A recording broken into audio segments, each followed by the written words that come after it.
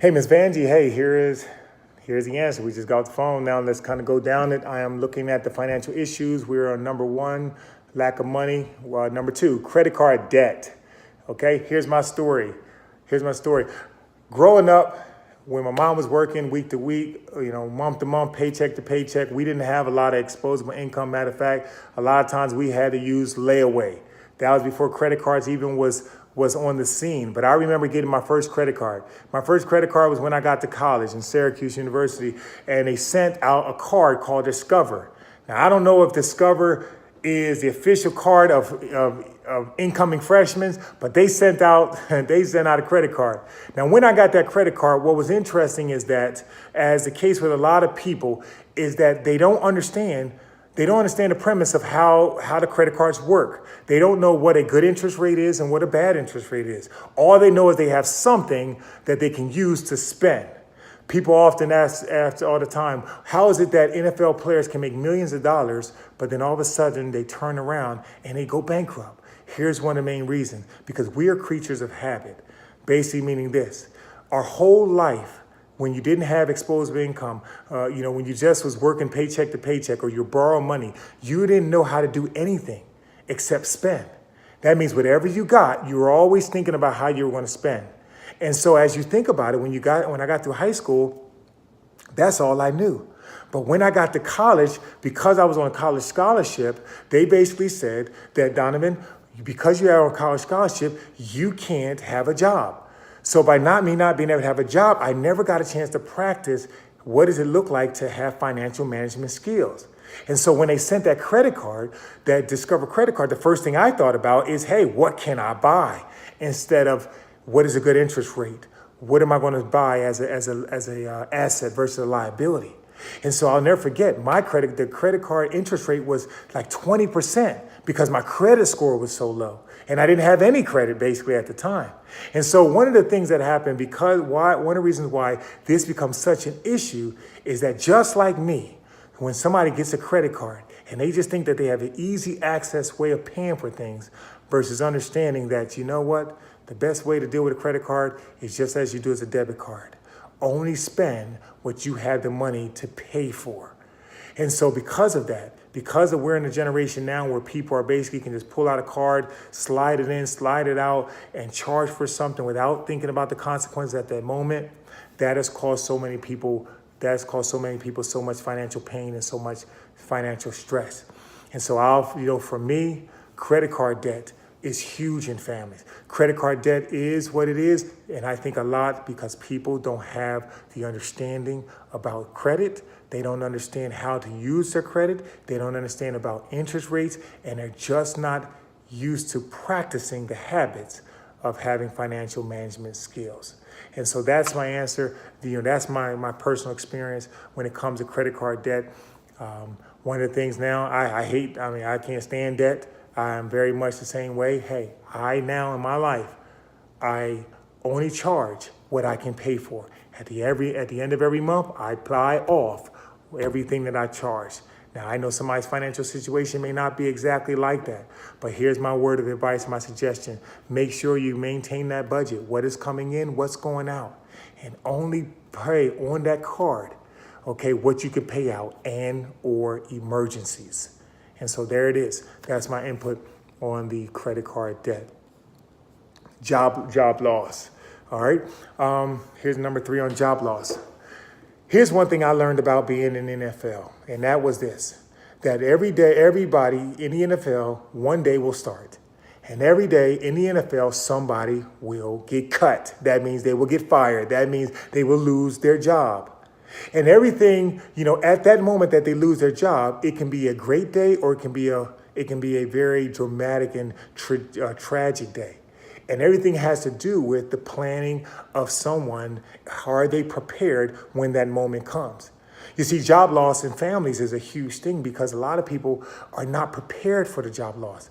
They're walking through one of the most permanent things in life is change, and that things will always change. So that means if things will always change, we need to be planning for change. And so job loss, when I lost my job in the NFL, when I finished in the NFL, it was because I had financial people that knew how to manage money, knew how to make sure we were dotting the I's and crossing the T's. It was because I had that plan in place and the people to help me put it in place that I was able to sustain myself financially for several years while I was thinking about what the next opportunity would be. Where most families fail, where most families get hurt, where most families, separate and have divide, is when they did not plan for the unforeseen. When they didn't plan for the fact of, when they did not go through the process to ask themselves this question: what will we do if, or what will we do when? And of course, if you fill in the blank, what will we do if and when we lose our job? Are we ready?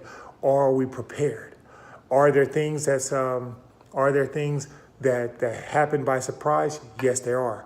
But planning is always the best way.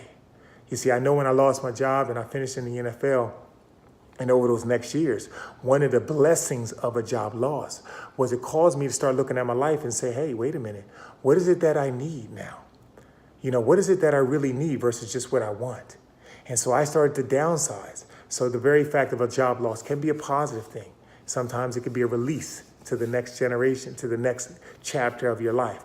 Or it could be a release or a start or a catalyst or initiation to a person taking personal responsibility for their life by planning it out. So that's my thing that's my input on there. Cost of healthcare. All right, cost of healthcare. All right, here we go. For me, man, I'm a father of 5 kids. I raised 5 kids, man, and every single one of them, if you already know that no matter what happens, it's like Murphy's Law, where they say, Murphy's Law says if something bad can happen, it will happen, okay? And basically that's the same way when it comes to life with family and kids. Something always going to happen. There's always going to be an accident. There's always going to be something strange, something broken, something snapped, something cut. And so the very fact that our government and people, they mandate that you have health care, a lot of companies sometimes take advantage of you with that. And they take advantage of it because they say, wait a minute, you need this, so we can charge whatever we want.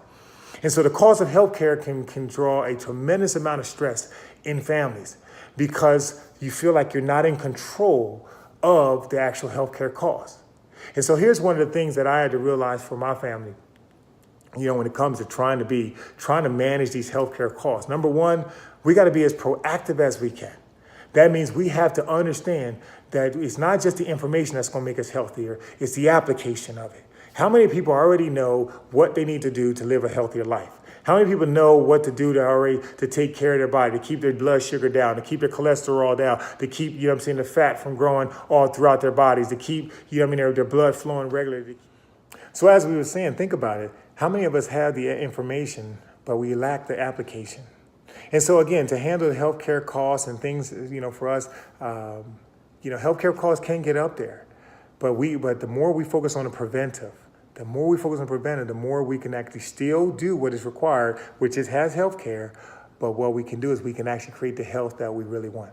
One of the things that I always try to look at, I say, let me put out a date. Let me put out an age. Let me put out an age out there into how old do I want to be before I transition into eternity. And then based off of that age, and for me, it's 101. I want to get into the hundreds. I can go 102 and all that, but let me just get at least into the hundreds, right? And now I got to look at my life and I got to ask myself the question, do I have the lifestyle to get me to 101? Am I practicing that lifestyle? Am I drinking the things that help me to get to 101? Am I eating the things that help me? How's my activity level? Okay, is my activity level helping me get to 101? Because here's the thing, if I focusing on that 101, meaning that's where I want to go, and by focusing on doing the things it takes to get there, then at the end of the day, the cost of healthcare, okay, although those numbers may be tough based off of your financial situation, okay, they will be limited. They will have a ceiling. And you'll be able to do more things, which actually, because of your healthy lifestyle, it'll be able to draw it down even more. So again, healthcare costs something that we have to take care of us for emergencies, because emergencies never happen with notice. But at the end of the day, there's more things. There's things that you can do to decrease those healthcare costs. Okay, imagine this: how much money would you save if you didn't have to take medicine? If you didn't have prescriptions for health issues, how much money would you save? And so you think about that, by saving that much money, by eating healthy, by looking at different types of ways and lifestyle, nutritional type of healthy eating habits. Those are some of the ways that can really help to minimize and keep the healthcare costs down. Okay. All right. Next one is, this is within the family. Number 5, disagreement on goals and values about money. What's interesting about this one, when you have disagreements on goals and values of money, you got to remember, a cake is only as good as the ingredients in it. And so sometimes a marriage or a family structure is only good as, only as successful as the components and the attributes and the skill set that have been brought into it by the individual people. So that just basically means that everybody may come into a relationship and into a family with a different idea. That's one of the reasons why when we go through and when you take one of these personality tests, or assessments, things like Myers-Briggs, you realize that there are 16 different types of personalities that they've calculated over the millions and hundreds of millions of people who've taken that assessment. And so within that type of personality assessment and the different makeup of individuals, you have different mindsets as pertains to money and what you do with money and how you live your life. Meaning this. There are some people that are very conservative, okay? They're very conservative. They're very minimum and small on the risk-taking aspect of it. And you have other people that they're more adventurous. They feel like, this world is here for me to live and to give and let me to grow. And they're not counting all the dollars. They're not counting all the cents. They're not dotting all the I's, crossing all the T's. And you have people that are doing that in that way. They're successful. And you have other people who are dotting every I, crossing every T, counting every penny. They are successful as well. But here's the key. When you come to a relationship, and you're trying to create mutual purpose, okay, with mutual benefit, then that has everything to do with the way you do that, especially when it comes to money, is by understanding what are the ingredients that was put into the situation. And I think you can do that by asking the question, hey, how was money utilized? How was money viewed when you were growing up? And then also ask them, how did that change as you got older and you got into the workforce? How did your view of money change? And then you can ask them, hey, what do you consider yourself from 1 to 10 in terms of risk taker, in terms of investments, financial? And here's what's amazing about that. You're going to notice that the things and the ideals that they had from before plays a tremendous part into their psyche and mindset now. And then you'll also realize that, hey, you may have thought that they're a 7 because you're a 7 in terms of taking risks, but they may be a 3. And so the conflict and the divide and the tension that comes has everything to do with that person is just being who they are and you are being who you are. And so when it comes to taking risks and it comes to disagreements on values, goals, values, and money, it's the same thing, everything. It has everything to do with sitting down, finding out what are your goals, what are your values, what are your core values. Here's an exercise I have people do when I coach them. I actually basically say, hey, I want you to write down the top 5 values that you just feel that really identify your life. That means at the end of the day, what are the top 5 things that you want somebody to say about you that are unnegotiable, things that you stand for? You want to get them to write that down. And then I want you to write down another list of what are the 5 things that you feel that money is used for or ways to use money. What are those 5 things? And then the last thing is, I want you to say, hey, what is the short-term goal that you have financially, for our family over the next 6 months, the next year, and the next 10 years? So here's the great thing about doing that, communicating. By coming together, you've heard everybody, you've understood each other, and you're able to see how do we come together. And so there's too many people, it's like stepping up to the batter's box, just trying to swing away, not even understanding who is the pitcher and what is their favorite pitch and what can I expect in this situation. By not asking questions and not communicating, it's like stepping up there and just hoping to hit a home run.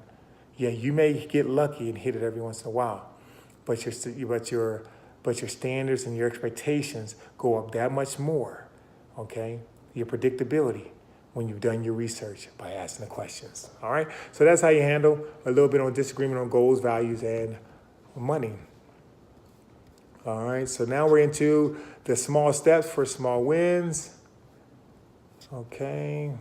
Number 2, it says list down your 3 most doable actions to address your financial stress point. Okay. All right. All right. So here's number two. So here's a couple of things. Number one, I want you to start with I want you to start with a list. And on one side, I want you to write down what is your income. What is all the ways that you're bringing in money?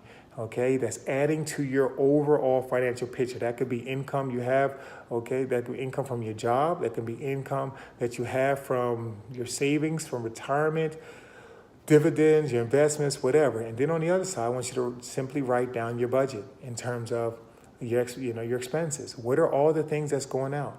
Track your spending. Okay, here's a small thing after you do the whole picture.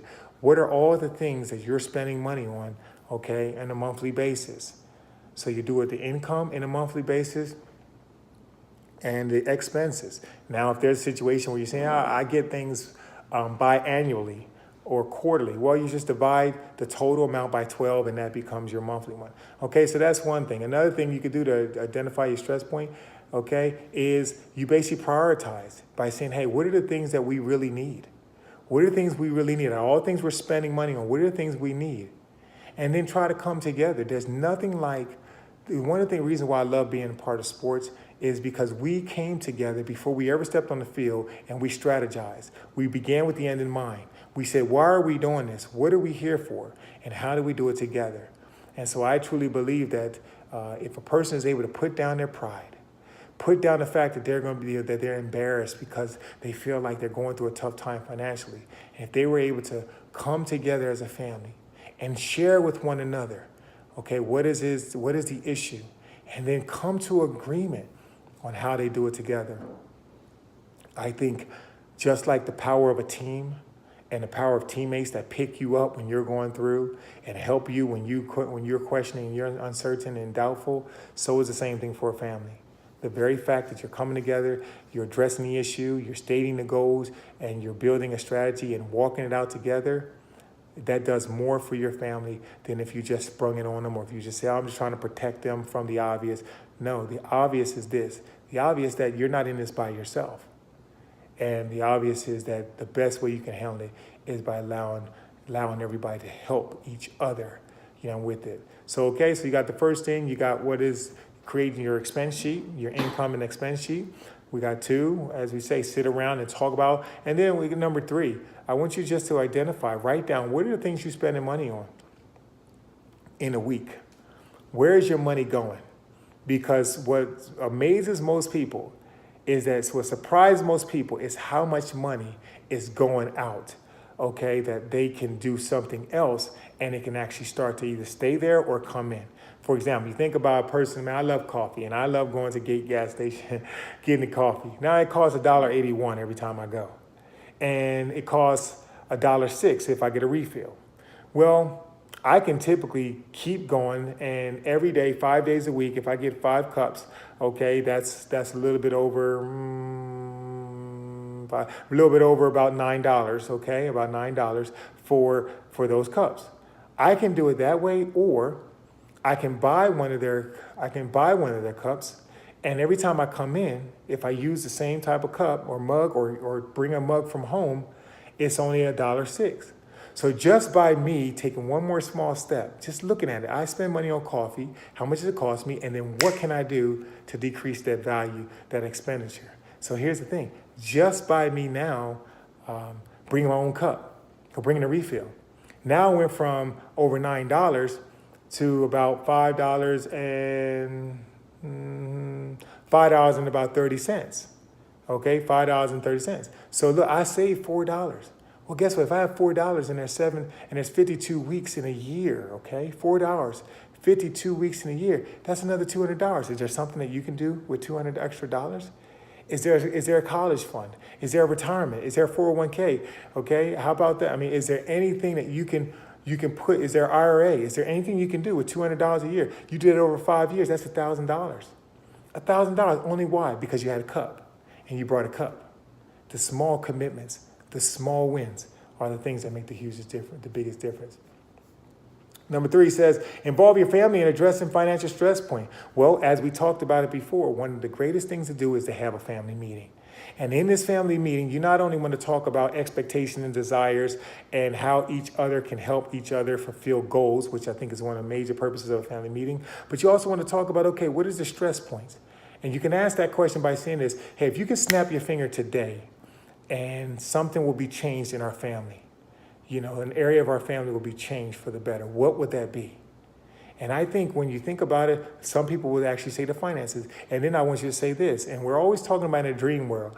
You say, wait a minute, so if you can wave your wand or snap your finger, okay, and all of a sudden, the situation is better. How would it be better? How would it be better? What do you think is the best way for it to be better? And so what are we doing in that situation? We're not just allowing the adults just to talk, but we're allowing the kids to talk. We're allowing everybody to have input. We're allowing everybody to be a part of this strategy. And during those times, you write the answers down. And then as you have all the answers down, you go through it. And you don't think about how possible one thing is or not. You just mind dump it. And then you basically share, all right, here's all the ideas. Which one do we think are possible, okay, at this moment? What do you think that ones we want to try to address? And so by doing that, by creating a game plan, by strategizing, by doing it together, what you've done is you've now empowered yourself with more willing people willing to work towards this end goal. And so I believe in involving your family and addressing the financial stress point because, again, you can go faster by yourself but further with other people. All right, setting and prioritizing your financial goals. Exactly. I already put on there, I use money to help people, okay, and not the other way around. Creating and managing your budget. Man, listen, if you're not able to create and manage, okay, when you think about the two words, create or manage, which one is more important? If you're thinking about it, creating finances or managing finances, which one is more important? In my mindset, we talked about personality before. I think that creating finances is more important than managing. Here's why. Because when you manage stuff, you're just trying to hold on to it. You're just trying to make sure it doesn't get away. And when you do that, you can wind up develop a mindset that's just very conservative. A mindset that is very set in its way. And a mindset is just very content with where it is. Well, as human beings, we're here with the attribute to expand and continuously express ourselves. That means to grow. And so out of those things, instead of just managing a budget, okay, or in finances, I want you to encourage you to focus on creating your finances. That means going from the inside out. Basically, by doing this, you say, well, how do I create my finances? You create your finance by solving a problem. You say, basically, what are the top 10 problems that I find in this world that I'm passionate about? What are the top 5 to 10 problems that I think that, man, I'm passionate about these problems? And then what you do is you start to try to create the solution. You see, people will pay you for solutions versus paying you for the problems. And so when you understand that, you can manage your budget by creating your finances. So that means this. You can manage your budget by creating your finances, by being creative, by being initiative, by reading, by learning, by addressing, by researching. What are the problems? And how can I solve them? And create things. I guarantee you, a person is saying, I can imagine somebody saying right now, well, Don, I'm not that creative. You know why you're not creative? Because you never called on the creativity out of your inner being. You see, nobody has to have faith nobody knows they have faith until they have a moment where they need faith, right? Nobody knows they're courageous until you have a moment where courage is needed. Nobody knows they're creative until you call upon the situation for you to be creative. So I'm here to tell you today, man, listen, don't criticize yourself. Don't shut the door. Don't shut yourself down. Hey, call upon that creative ability to create finances by solving problems, solving issues that you're passionate about. So that's how my thoughts on creating and managing a budget. So there you have it. Those are the answers for my questions from chapter 1. I hope they help. Let me know if you have any follow-up, any other information you need from me. All right?